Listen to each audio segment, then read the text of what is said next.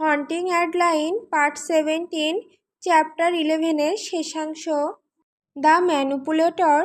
আমি যিশুকে ধন্যবাদ দিচ্ছি কারণ আমাকে এই বই সাইনিং ইভেন্টের জন্য কোথাও ভ্রমণ করতে হচ্ছে না। আরেকজন বড় রোম্যান্স লেখক এটি হোস্ট করছে এবং সৌভাগ্যবশত এটি সিয়াটলে ভালো জায়গা করে নিয়েছে। আমি আয়নায় শেষবারের মতো নিজেকে দেখার পর থেকে একটা পাতলা ঘামের স্তর আমার ত্বক ঢেকে রেখেছে। তুই এগুলোর মিলিয়ন বার করেছিস গার্লফ্রেন্ড, তুই অবশ্যই ঠিকঠাক পারবি। দায়া আমার পিছন থেকে আশ্বস্ত করলো। আমি একটা ফ্ল্যাটারিং লাল ব্লাউজ এবং কালো রিপড মম জিন্স পরেছি যা আমার শরীরটাকে সুন্দরভাবে দেখাচ্ছে কিন্তু খুব বেশি সাবলীল বা অনুপযুক্ত নয়। আমি আমার ঠোঁটে লাল রং করেছি এবং আরামদায়ক চেকার্ড ভ্যান্স পরেছি। আমার দারুচিনি চুল ঢিলা ঢেউয়ে কাল করা আকস্মিক কিন্তু চতুর লোক সম্পূর্ণ করছে। আমি সাধারণত এই ধরনের জিনিসের জন্য সাজতে পছন্দ করি না। আমি সারাদিন চেয়ারে বসে থাকি, তাই চেষ্টা করি ছবির জন্য যথেষ্ট সুন্দর দেখাতে এবং বাকিটা কমফোর্টের উপর ছেড়ে দিতে। আমি আমার আন্ডারআর্মে নাক দিলাম, ডাবল চেক করে নিলাম যে আমার দুর্গন্ধনাশক আমাকে মিথ্যা বলেনি এবং কঠিন গন্ধের বিরুদ্ধে লড়ছে। আমি জানি, কিন্তু এতে কিছুই সহজ হয় না। আমি গজগজ করলাম, তুই নিজেকে কি মনে করিস? দায়া আমার দিকে ভুরু তুলল। আমি নিঃশ্বাস ফেললাম, একজন মাস্টার ম্যানিপুলেটর। কেন? আমি চোখ ঘুরালাম। কারণ তারা আমার বই পড়ার সময় আমি আমার শব্দগুলো দিয়ে মানুষের আবেগে প্রভাব ফেলি। আমি গজগজ করলাম, ঠিক তাই, তুই এটাই করিস। তোর আঙুলের বদলে তোর মুখ শব্দগুলো বলে। সফল হওয়ার আগ পর্যন্ত চালিয়ে যা বেবি। আমি মাথা নাড়লাম। আয়নার সব দিক থেকে আমার আন্ডারআর্ম দেখলাম। আমার দুর্গন্ধনাশক দাবি করতে পারে যে এটা একটা কঠিন গন্ধের বিরুদ্ধে লড়ছে, কিন্তু শার্টটা এমন কোনো ট্যাগ নিয়ে আসেনি যেখানে লেখা আছে এটা বগলের ঘামের দাগ প্রতিরোধী। আবার নিঃশ্বাস ফেলে আমি আমার হাত নামিয়ে ফেললাম। এটা না যে আমি আমার পাঠিকাদের সাথে দেখা করতে পছন্দ করি না, আমার শুধুমাত্র ভিড় আর সামাজিক পরিস্থিতিতে ভালো লাগে না। আমি খুব বেশি অস্বস্তিকর বোধ করি। তুইও একজন দারুণ মিথ্যাবাদী। এটাই তুই জীবিকার জন্য করিস, শুধু হাসিস আর ভান করিস যে তুই এক বিশাল প্যানিক অ্যাটাক নিচ্ছিস না। বিছানা থেকে আমার পার্সটা তুলে নেওয়ার সময় আমি আরেকবার চোখ ঘোরালাম। তুই আসলে এমন এক দারুণ ব্যক্তি যে কিনা খুব উৎসাহ দিতে পারে, আমি শুকনোভাবে বললাম। সে জবাবে হেসে উঠল। দায়া উৎসাহ দেওয়ার ভয়ানক এবং সে এটা খুব ভালো করেই জানে। সে আমার বন্ধুত্বের লজিক্যাল ব্যক্তি আর আমি ইমোশনাল।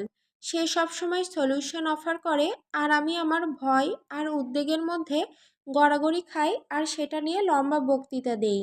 আমার ধারণা হয়তো আমি আমার মায়ের মতোই বেশি, তবুও আমি এটা কখনো জোরে স্বীকার করব না। ইভেন্টটা সবসময়ের মতোই দারুণ। প্রতিবার আমি নিজেকে এসব ইভেন্টের জন্য খুবই টেনশনে ফেলি আর শেষে সবসময় এমন হয় যে এগুলো শেষ হলে আমি কখনো আর যেতে চাই না। অন্য লেখক বন্ধুদের সাথে দেখা করার সুযোগ পাওয়া আর তাদের সাইন করা সব বই নিয়ে পালানোর চেষ্টা করা, একই সাথে পাগলের মতো হাসা, এগুলোই আসলে আমার জীবনে শান্তি নিয়ে আসে। যেটা আমাকে সত্যি সুখী করে তা হলো অনেকগুলো হাসি মুখ দেখা যারা আমাকে দেখার জন্য আর আমার বই সাইন করিয়ে নেওয়ার জন্য উদগ্রীব হয়ে আছে তাদের। আমি আমার ক্যারিয়ারকে একজন পেশাদার প্রভাবক হিসেবে ভালোবাসি। আমি ভাগ্যবান যে আমি যা ইচ্ছা তাই করতে পারছি।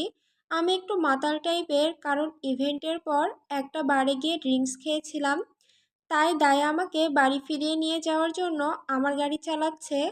আমার মজার মুহূর্তগুলো নিয়ে হাসাহাসি আর খিলখিল করেছি।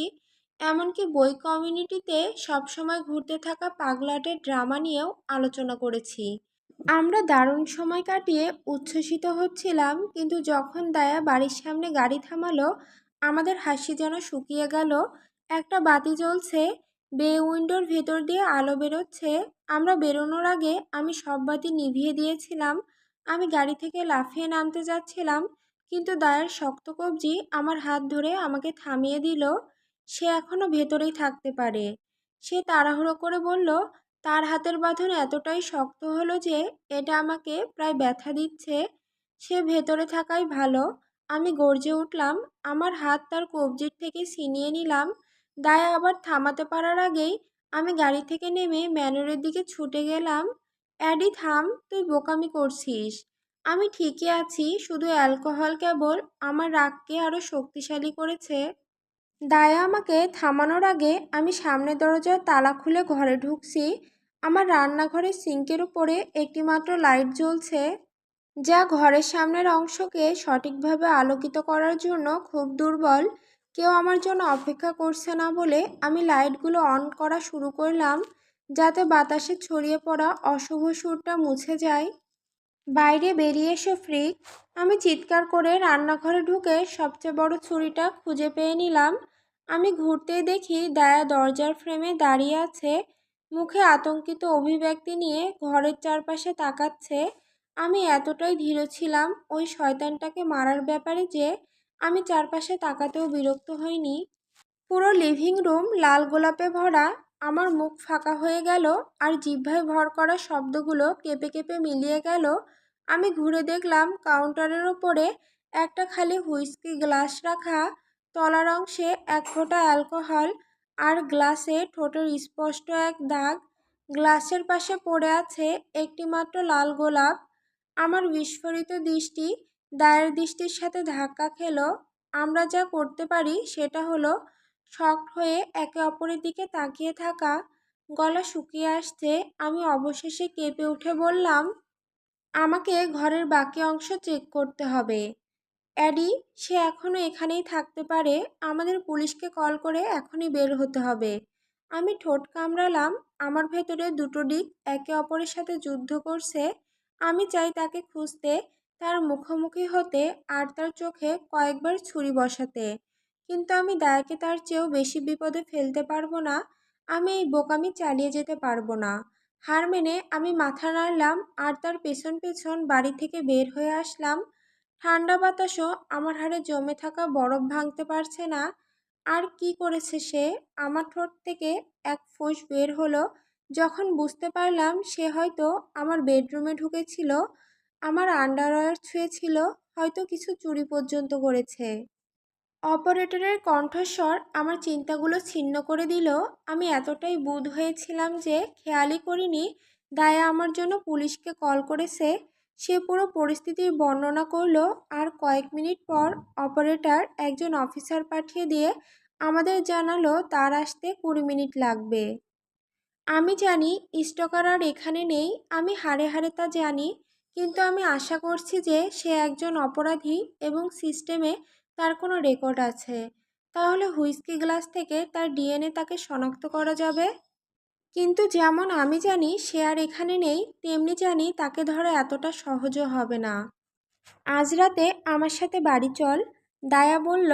আমরা দুজনেই ক্লান্ত এবং পুলিশের সাথে 2 ঘন্টা কথা বলার পর একটু হুঁশে এসেছি। তারা বাড়িটা তল্লাশি করেছে আর তাকেও কোথাও পাওয়া যায়নি। তারা শুধু হুইস্কির গ্লাস থেকে ফিঙ্গারপ্রিন্ট নিয়েছে, দেখে যদি কোনো ম্যাচ পাওয়া যায়। আমি ক্লান্ত তাই মাথা নাড়ালাম। তার বাড়ি 20 মিনিট দূরে। আর এটা ভালো হয়েছে যে আমি পুরোটা পথ তাকে অনুসরণ করেছি, না হলে হয়তো মনোযোগ হারিয়ে দিক ছাড়া গাড়ি চালাতাম। দায়া একটা শান্ত সুন্দর পাড়ার ছোট্ট ঘরে থাকে। সে গাড়ি পার্ক করলো আর আমরা দুজনেই ধীরে ধীরে ভেতরে ঢুকে গেলাম। তার বাড়িতে আসবাবপত্র আর হাজার হাজার কম্পিউটার ছড়িয়ে না থাকলে একেবারে ফাঁকা লাগতো।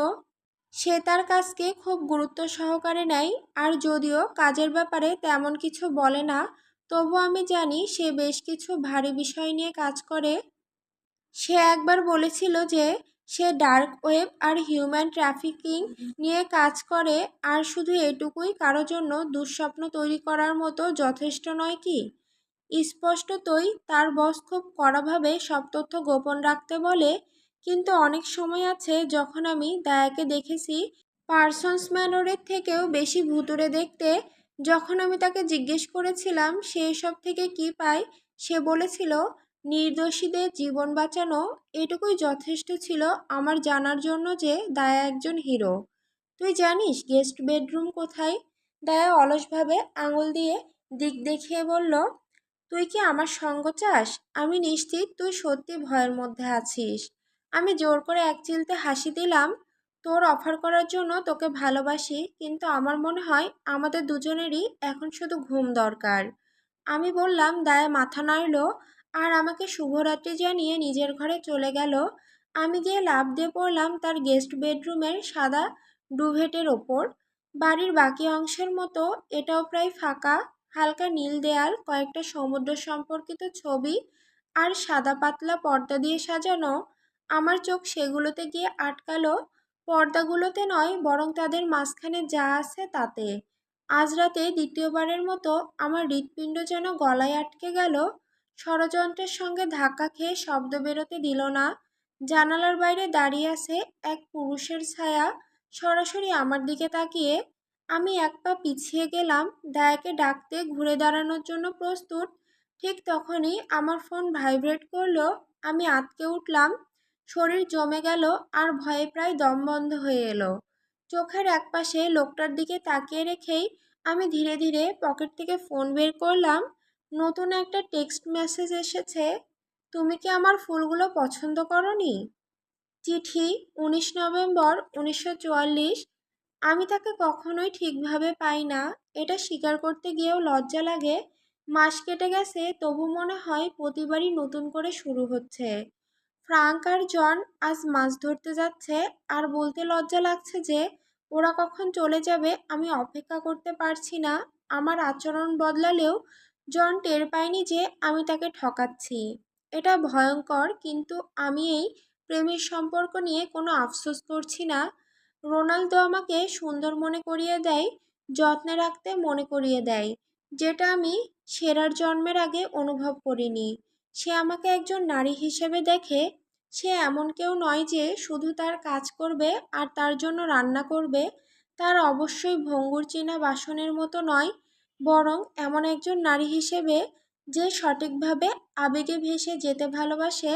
আমি সর্বোচ্চ চেষ্টা করলাম জন বাড়িতে থাকলে যেন এটা নিয়ে না ভাবি, কিন্তু মুখের হাসি আমি নিয়ন্ত্রণ করতে পারি না।